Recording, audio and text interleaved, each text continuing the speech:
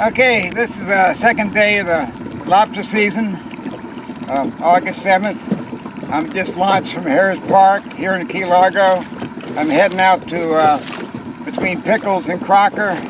See if I can find some lobster. And we'll see what we got here at the end of the day. Been a bit of a run out here, 4 to 5 miles in a small boat, but the weather's good. The small boat handles it pretty good too. A little rough though on the ride. It's my first lobster here, and looks like, hope he makes it. Looks like it's going to be a close one. We'll check him out here. The law says measure him before you land him. And of course he makes it. He makes it good. So that's my first one of the day. Up to the boat with him. I don't carry a catch bag with me because I'm not finding that many clustered together. It's been one, a couple places I find two. 3 years ago I'd find like 5 or 6 in a spot, but not in the last couple of years. And you got to really hold on to them. Maybe that's why a lot of people use a net. Because I don't understand these people using. You see it all the time. They're using a net, a tickler. You know, give me a break. You know, maybe I don't know why they do that, or why they use a net. Maybe they just don't have the coordination or the ability or something. Maybe I don't use a net because I've caught so many lobsters. Back in the 60s, I fished lobsters, dove lobsters commercially.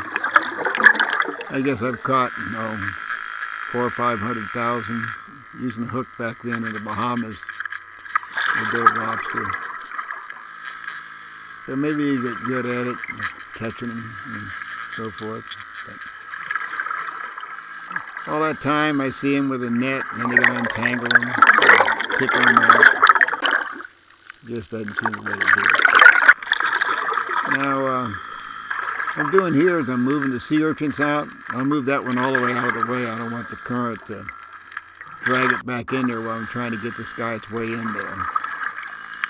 And I'm going to go in there. This guy is way in there at the end of my reach.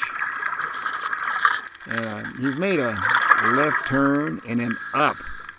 And it's been a real struggle trying to get him and break him loose and get him out. It's really putting him a fight. And it looks like that's a pretty big tail right there. A lot of these I'm catching are females. The females, I can pretty much look at him and see, or her, and see if she's going to make it. The females have a bigger tail in relation to the head compared to the males. Guys, I'm going to go for it, see if it happens. It doesn't look like he's going to make it now that I look at him closer. So I'm going to take it easy with him. Fold the antennas back. I don't want to hurt him too bad. Just barely doesn't make it. Okay. Now this green turtle, that's unusual. I've seen hundreds of green turtles, but with a barnacle, he's got a barnacle or two, and that's something you don't see in green turtles. You see them on loggerheads, but not greens. See, if he had a net, there's no way a net would compete with the toss.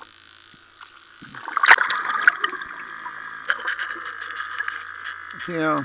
Now that's my anchor there. I'll grab it up and I'll swim with it. Or sometimes I've been out here where the current's just right. It'll be heading south, and I'll just drift right down the reef. Give me my shooter there. I've got a problem down here. This guy's really been harassing me. Now that'll teach him a lesson. Maybe he'll stay away now. I guess he sees me catching lobster and he wants one of them.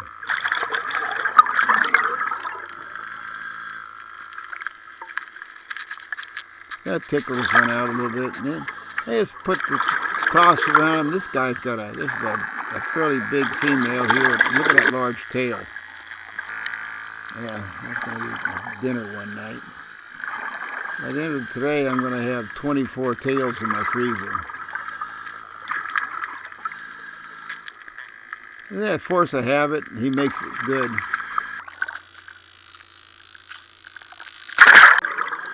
Back down here. Okay, I'm clearing away the sea urchins here and making sure there's no more in there. He's way back in there, and I'm going for him. I'm in there and he's facing me, and I'm kind of, if you can't see what's happening, but I'm pulling the sand out from underneath him so I can get my hands around him and get a grip. Kind of fan the sand out, pull the sand out, dig it out, and so I can get hold of him. Yep, I got him. That's the way you do it. Never get that guy with a net or a tickler. He was way back there. He wasn't hanging around. He was pretty smart. I think that she said something about 11. This will be my last one. This gives me 12 for the day. See, this is the way it's done. Real simple. Simple. That's the way it's done. Okay, hawksbill turtle. I got my 12 lobsters. I'm going to take these over to my old diving buddy Curtis's house. He wants the heads. We're going to tail them out. I'll see you next dive. Viewers, I'm here to help you. I'm the property owner. We've been I'm invaded. over here at Curtis Tanberg's, and I just got my limit running out of Harris Park. He's a and hero. I'm gonna tail him off here. Here, this is the guy I used to fish lobster with, but now he's... No human being can do what this man does. Superhuman. We used to go out, and Curtis made the first trip we made. We used to cross the Gulf Stream without a compass. Is that true? Most dangerous piece of ocean in the world. In the world. We crossed it without a compass. That was the way we did things back then. Not like they do it today. We didn't need any damn compass. No.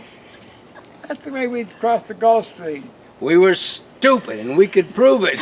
But we're still here. We're still here. Blind luck and superstition is how we got to be here today. We don't use decompression meters. We used to burn a tank at 100 feet until it was dry. Then we'd come up. I mean, there's We no used to hook limit. a rig at 80 and 100 feet with a hooker rig. When the compressor stopped, we just shoot to the surface. Bottom of a blue hole, 125 feet, 3 divers down. The compressor runs out of gas. What do? Just swim up, no problem. That's the way we did it back then. So that's how I managed to get my limit every time, because I've been diving a long time. Curtis used to dive with one of the greatest divers around.